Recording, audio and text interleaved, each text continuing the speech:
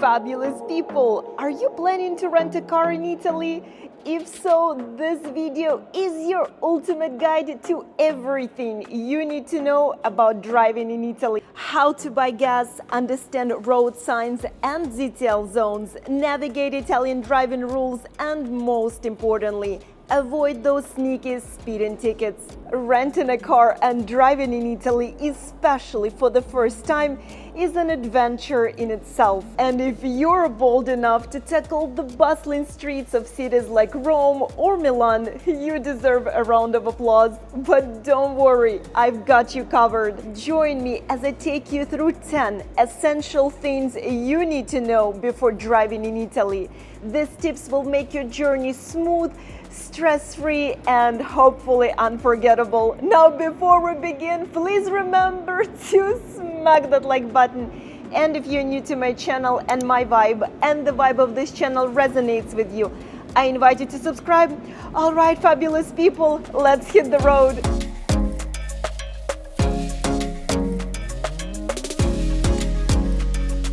When you are renting the car in Italy, the first thing that you need to know is that you will find the same car rental agencies as back home: Enterprise, Six, Hertz, etc., as well as some local Italian companies. Now, prior to renting a car, I recommend to check out the websites to see who has better deals, because sometimes, not always, but sometimes Italian car rental agencies will have some promotions to attract customers. Now let's discuss what documents you will need to present at the car rental agency. Usually you will need your passport, a credit card you used for booking, and driver's license. Please keep in mind that they have to be originals, as they will not accept copies. One of the most important tips for Italy that I have for you when it comes to using a rental car in Italy is that most of the time a car rental agency will only ask for your US driver's license. Now, if you get pulled over, you will be asked to show your international driver's license. So I strongly recommend to get it prior to your arrival in Italy. The next thing you need to know is that most people in Italy drive stick-shift cars. So if you prefer an automatic one, make sure to let your car rental agency know in advance. Also, please keep in mind that typically renting an automatic car will be more expensive. Also, cars in Italy are much smaller than in the US, as you probably already know, which is great for big cities, as the spaces in big cities in Italy are much tighter. Now, if you plan on traveling to Italy and visiting regions like Tuscany or going to Dolomites, like Pierre and I are currently going to Dolomites, I strongly recommend for you to rent a bigger car. If you decide to rent a car in Italy, there is one very important thing we need to discuss, and that is being charged for damages on your rental car. It's extremely important to make a detailed video of your car at the beginning when you rent it, and another one at the end when you return it. Now let me pause here for a second and share with you a real-life experience that happened to us this year to stress the importance of documenting every single thing on your car when you're going to rent it. So about a few months ago, Pierre and I rented a car, inspected it with the agent, filmed every corner of that car, and left. Now, when we returned the car, it was already after hours, so the office was closed and the agent was not on duty. So in this case, you just take the key, put it inside the box, and that's it. So that's exactly what we did, and about 3 days later, we received a nice email saying that they found a new scratch on the car and that now we need to pay 130 euros, it was something like that, and the instructions of how to make the payment. So of course Pierre had to go back to the office, show them the video that showed that that scratch was already there, and only after that they dropped the charge. That is why it is so important, guys, to document every tiny part of your car prior to driving away. And another thing that I strongly recommend is to return the car when the office is still open and the agent is on duty. So you can inspect the car together, and just in case you'll be able to resolve everything on the spot. As most of you are on vacation in Italy, it would be impossible for you, like Pierre did, go back in person and dispute the charges. So I strongly recommend to return the car during the opening hours of the car rental agency. If you plan on getting around Italy by car, I would avoid driving in Rome or any big cities in Italy, as most of the time you can get everywhere on foot. Additionally, taxis and Ubers are readily available, and most major Italian cities offer public transportation that works pretty efficiently most of the time. Traveling between Italian cities is also easy thanks to Italy's extensive train network. And if you haven't already watched my video on how to travel Italy by train, I highly recommend checking it out in the description down below. Now, I do recommend renting a car in Italy to explore small towns and villages, like Montepulciano in Tuscany. To discover these remote parts of Italy, a car is the ideal option, as the area is quite spread out and walking from place to place isn't possible.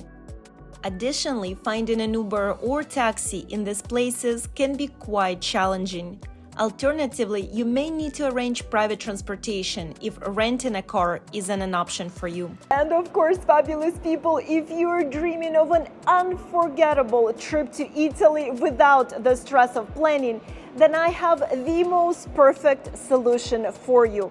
At My Fabulous Vita travel agency, we specialize in creating bespoke travel experiences, so you can focus on enjoying your journey while we handle the rest. From hand-picked accommodations and seamless transportation to curated tours, unique activities, and even restaurant reservations, we take care of it all. And when you travel with us, you will have your very own dedicated travel concierge available every step of the way. Whether it's last-minute changes, navigating train strikes, or managing unexpected cancellations, we've got you covered. And of course, I will make sure to leave you the link to the concierge service of My Fabulous Vita travel agency in the description down below. A lot about driving in Italy is going to feel familiar if you're traveling from the US. The steering wheel is on the left-hand side and you will drive on the right side of the road. Traffic lights have the same colors and some of the signs, like the stop sign, are completely the same. Now, one of the biggest tips for driving in Italy that I can give you is to pay close attention to the indication for the ZTL zones, Zona Traffico Limitato. You cannot enter these zones, especially when you see the sign that says Varco Attivo. And if you do enter, even by mistake, a camera will take a picture of your license plate and you will get a nice souvenir from Italy in the mail when you get home. Now, when it says Varco non attivo, that means you can enter. Just be very careful, as I cannot tell you how many people, including Italians, get tickets because they enter a ZTL zone by mistake. Another thing you need to be aware of is that Italian driving is very different from most places in the US. I would say that Italian drivers are more aggressive, and I always joke that signs in Italy are more of suggestions than the rules, especially in the south. Same goes for the road lanes. Now, when you get on a highway in Italy, you will eventually go through a toll booth. Toll roads in Italy are common, and before you approach them, there will be a sign indicating that it's coming up. Please make sure you get into the right lane, the one that indicates a credit card or cash. First, you will take a ticket when entering the highway, and later, you will use it to pay when exiting. If you plan on doing Italy travel by car, one thing that you need to keep in mind is that there are not that many rest areas or places for food or snacks.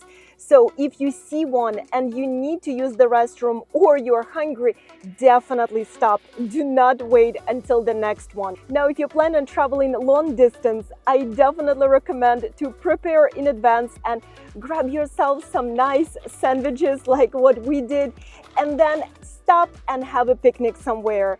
Do not eat at those outer grill places or any kind of places in Italy on the side of the road, because trust me, the food quality at those places is so poor. Also, if you plan on exploring Italy by car, please keep in mind that you will not find lots of gas stations along the way. One of the most important Italy travel tips that I have for you when it comes to getting gas in Italy is to make sure you ask your car rental agent what type of gas you need to put in your car.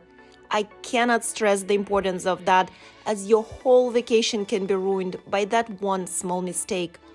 Another thing to keep in mind if you plan on driving in Italy is that the country uses the metric system. This means that gas is measured in liters instead of gallons, and speed limits and distances are given in kilometers rather than miles. Additionally, while driving, you'll notice that speed limits in Italy are displayed as numbers inside circular signs. Now, let's talk about speeding tickets in Italy. If you get one, you probably will not know about it until you get back to the US. What happens is that everything in Italy is captured on the automated radar and gets put into the system. So if you're speeding, speed camera in Italy would capture your license plate, and then this information will be sent to your car rental company. And then your car rental company would bill you. Highway patrols are very rare in Italy, and instead you will mainly find Italian speed cameras. Before you approach one, there are usually signs indicating that it's coming up. Honestly, guys, it doesn't take much to get a ticket in Italy, be it for speeding or entering ZTL zones, right, Pierre? Thank you for it. But one thing, guys, I do recommend, once you receive the ticket, make sure that you take care of it right away, because the ticket amount will start increasing quite fast after a few days of not paying it. What I strongly recommend is to use the Waze app on your phone, as it not only provides you directions, but also warns you about upcoming speed zones.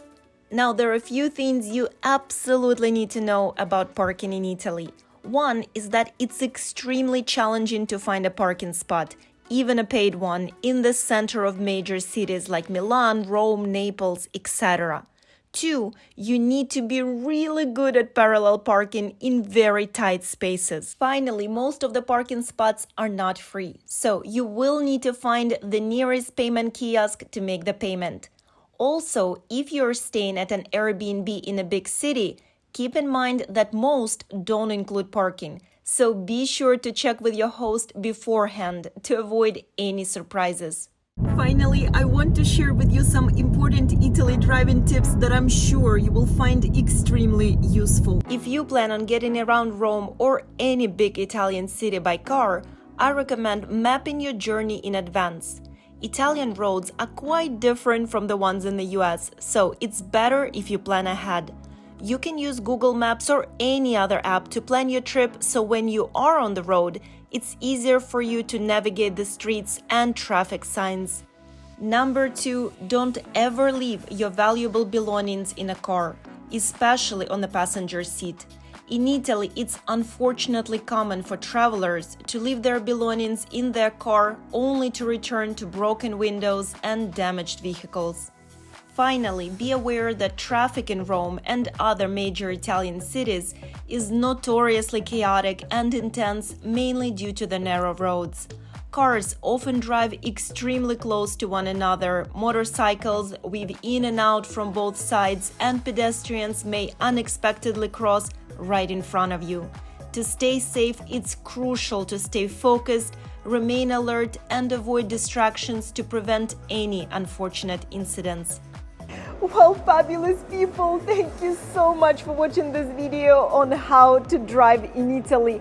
I truly hope that you found it useful and beneficial, and the next video I recommend for you to watch is my full comprehensive guide on how to travel Italy by train. It will answer every single question that you might have when it comes to traveling Italy by train, be it regional trains or high-speed trains. Now, before you go and start packing for your trip to Italy, please remember to smack that like button. And if you're new to my channel and my vibe and the vibe of this channel resonates with you, I invite you to subscribe, and I truly hope to see you all in my next video.